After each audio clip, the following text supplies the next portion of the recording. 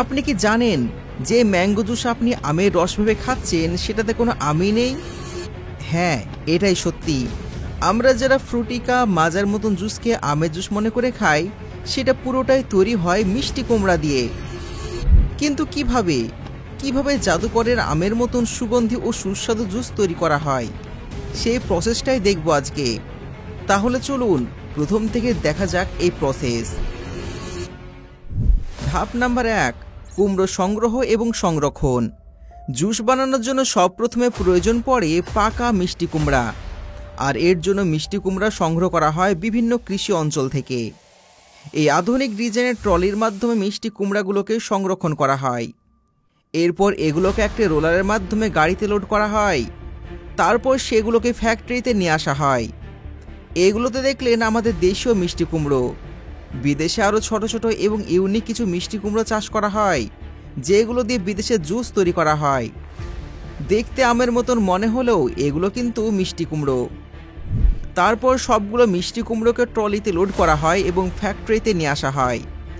আপনারা লক্ষ্য করলে দেখতে পাবেন যে রাস্তা দিয়ে মিষ্টি কুমড়ো বোঝাই করা ট্রাক যায়, যা দেখে আমরা মনে করি এগুলো গ্রাম থেকে শহরে নিয়ে যাওয়া হচ্ছে খুচরা বিক্রি করার জন্য। কিন্তু আমাদের ধারণা সম্পূর্ণ ভুল। এই সমস্ত মিষ্টি কুমড়োগুলো চলে যায় ফ্যাক্টরিতে, যেগুলো দিয়ে জুস তৈরি করা হয়।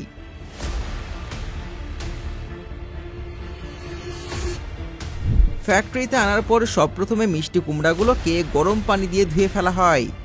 গরম পানি দিয়ে ধোয়ার ফলে কিছুদিনের মধ্যে মিষ্টি কুমড়োগুলো লাল হয়ে যায় এবং সংরক্ষণের জন্য কোল্ড স্টোরে রাখা হয়, যাতে সেইগুলো দীর্ঘদিন সতেজ থাকে।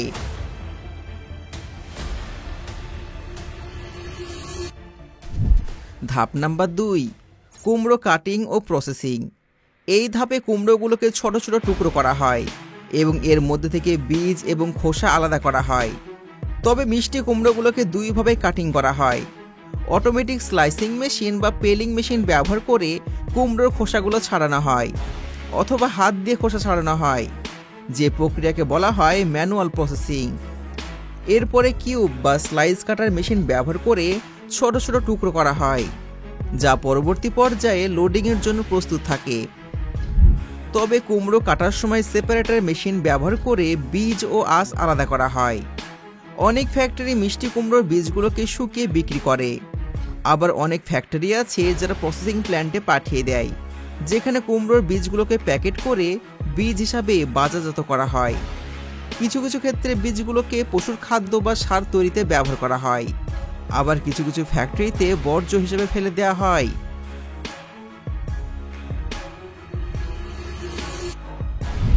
এরপর কুমড়োর পিসগুলোকে ভালো করে ধুয়ে ফেলা হয়। তারপরে ছোট ছোট টুকরো করে এগুলোকে মেশিনের সাহায্যে পেস্ট তৈরি করা হয়। এরপরে পেস্টগুলোকে 5 কেজির একটি প্যাকেটে ভরে সিল করে দেওয়া হয় এবং প্যাকেটগুলোকে ড্রাই আইস মেশিনের মধ্যে রেখে দেওয়া হয়, যার ফলে কুমড়োর পেস্টগুলো জমে গিয়ে বরফের মতন হয়ে যায়।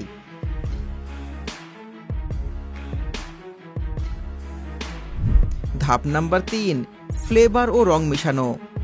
এবার আসে আসল মজার ব্যাপার। এই সেদ্ধ করা কুমড়োর মধ্যে বিশেষ কেমিক্যাল ও ফ্লেভার মেশানো হয়, যা এটিকে আমের মতন সুগন্ধি ও সুস্বাদু করে তোলে। এই ধাপে সবপ্রথমে সুগার সিরাপ তৈরি করা হয়। তো প্রথমে একটি মেশিনে পানি গরম করা হয়, তারপর সেখানে চিনি দেওয়া হয় এবং কিছুক্ষণ জাল দেওয়ার পরে সুগার সিরাপ তৈরি হয়ে যায়। সুগার সিরাপ তৈরি হয়ে গেলে সেখানে কুমড়োর পাল্পগুলোকে সুগার সিরাপের মধ্যে ঢেলে দেওয়া হয়। তারপরে কিছুক্ষণ ভালোভাবে ব্লেন্ড করলে তৈরি হয়ে যায় কুমড়ো জুস।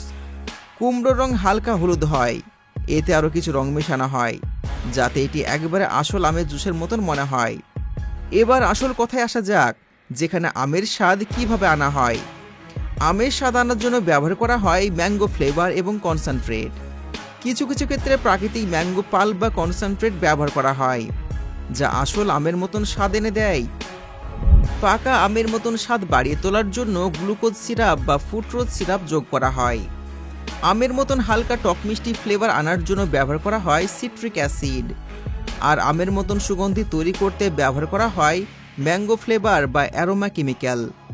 এই সমস্ত কিছু যোগ করার পরে পুরোপুরিভাবে তৈরি হয়ে যায় ম্যাঙ্গো পাল্প, যা খাওয়ার পর কেউ বুঝতেই পারবে না যে এটা আসলে ম্যাঙ্গো জুস না এটা হলো কুমড়োর জুস।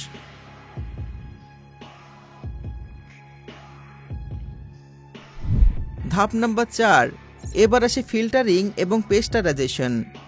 এই ধাপে মিশ্রণটিকে বিশাল ফিল্টারে মেশিনের মধ্যে ঢোকানো হয়, যেখানে এটি একদম মিহি করেই ছেঁকে ফেলা হয়, যাতে করে জুসটি একদম মসৃণ দেখায়। এরপরে ব্যাকটেরিয়াগুলো নষ্ট করার জন্য কুমড়োর পাল্পগুলোকে 90 থেকে 100 ডিগ্রি তাপমাত্রায় পেস্টারাইজ করা হয়, যার কারণে এটি অনেক দিন সংরক্ষণ থাকে।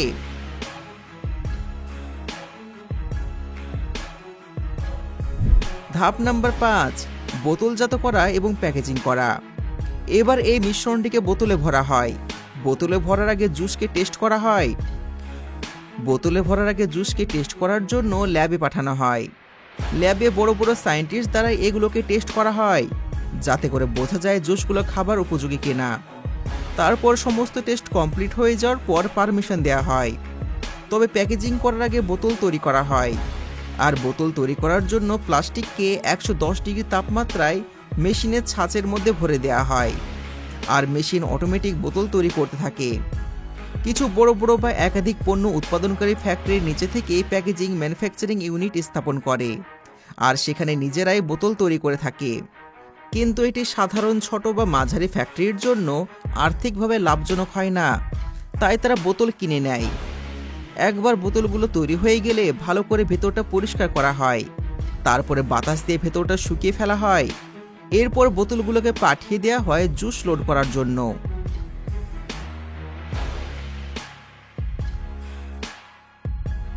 বোতল তৈরি করার পর থেকেই সব কাজ মেশিন নিজে থেকে করতে থাকে। বোতলের ভেতর জুস ভরে সেগুলোকে প্যাকেজিং করে তারপর প্যাকিং হয়ে গেলে উপরে লেবেল লাগিয়ে দেওয়া হয়। সব কিছু মেশিনের মাধ্যমে করা হয়। তারপরে শ্রমিকরা সেগুলোকে কার্টুনে ভরে প্যাকেজিং করে ফেলে।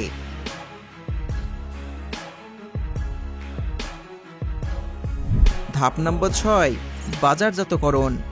অবশেষে মিষ্টি কুমড়োর জুস বিভিন্ন দোকানে ও সুপারমার্কেটে পাঠিয়ে দেওয়া হয়।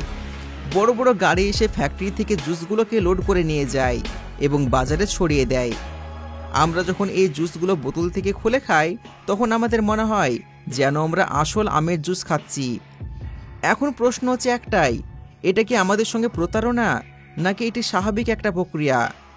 যাদের মনে এই ধরনের প্রশ্ন, তাদের উদ্দেশ্যে বলছি, আম এবং মিষ্টি কুমড়োর মধ্যে ভিটামিনের দিক থেকে তেমন কোনো পার্থক্য নেই। দুটোই ভিটামিন এ এর উৎস। তবে আম থেকে মিষ্টি কুমড়োতে প্রচুর পরিমাণে ভিটামিন এ থাকে। প্রতি 100 গ্রাম মিষ্টি কুমড়োতে 10,000 IU ভিটামিন থাকে এবং প্রতি 100 গ্রাম আমে 550 IU ভিটামিন এ থাকে। অর্থাৎ ভিটামিন এর দিক থেকে মিষ্টি কুমড়ো সবার থেকে সেরা। আবার ভিটামিন সি এর দিক থেকে দেখলে আমের মধ্যে ভিটামিন সি এর পরিমাণ বেশি থাকে। তবে জুস যেভাবে যা দিয়ে তৈরি করা হোক না কেন, খাওয়ার পর নিমেষের মধ্যেই কিন্তু সব ক্লান্তি দূর হয়ে যায়। তবে আপনাদের কাছে কি মনে হয়, এটা কি প্রতারণা নাকি স্বাভাবিক? কমেন্টে জানিয়ে দেবেন। এবং নেক্সট ভিডিও কি টপিকে দেখতে চান সেটাও কমেন্ট করে জানাবেন। আরও এইরকম ইন্টারেস্টিং ভিডিও দেখতে চ্যানেলকে সাবস্ক্রাইব করুন। দেখা হচ্ছে পরবর্তী ভিডিওতে। ধন্যবাদ।